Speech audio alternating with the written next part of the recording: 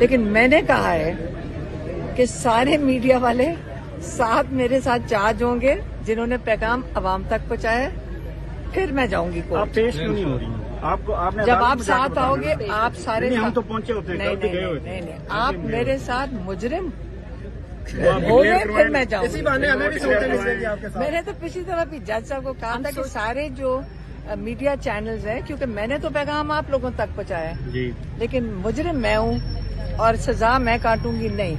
آپ میرے ساتھ چلو، پھر میں نہیں، ہم تو جانے کو تیار ہیں، اگر آپ آئیں تو پھر ہی ہم سارے چلو میڈم یہ بتائیے گا توشہ خانہ 2 کا فیصلہ آنے والا ہے، کیا توقع کر رہی ہیں؟ کیا کوئی منفرد ہونے جا رہے ہیں؟ دیکھیں، عمران خان اور بشرا بی بی کو تو رہا ہو جانا چاہیے تھا 1 مہینہ پہلے، جب جو ان کا جو وٹنس تھا، جو گواہ تھا، وہ جھوٹا ثابت ہوا ہے۔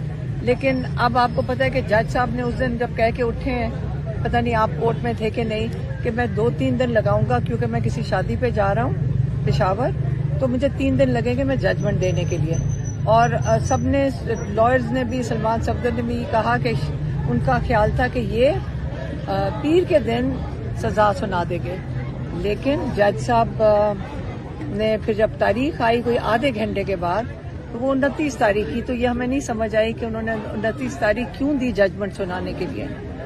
حالانکہ ان کو رہا ہو جانا چاہیے، لیکن کیونکہ ہم جو آج کل جیسے چیزیں چل رہی ہیں رہا نہیں ہوتے ہیں، لیکن کیوں 29 تاریخ کی ہمیں یہ کسی کو نہیں سمجھ آیا۔ میڈم سہیل آفریدی کے آتے ہی وفاق کے ساتھ تناؤ میں شدت آ رہی ہے، آپ اس کو کیسے دیکھتے ہیں؟ کیا عمران خان کے لیے مزید مسائل نہیں پڑیں گے؟ عمران خان قید کے اندر ہے، عمران خان کے اس سے زیادہ مسائل کیا ہو سکتے ہیں کہ جھوٹے کیسز، جھوٹی سزائیں، اس سے زیادہ عمران خان کے پاس کیا مسائل اور ہو سکتے ہیں؟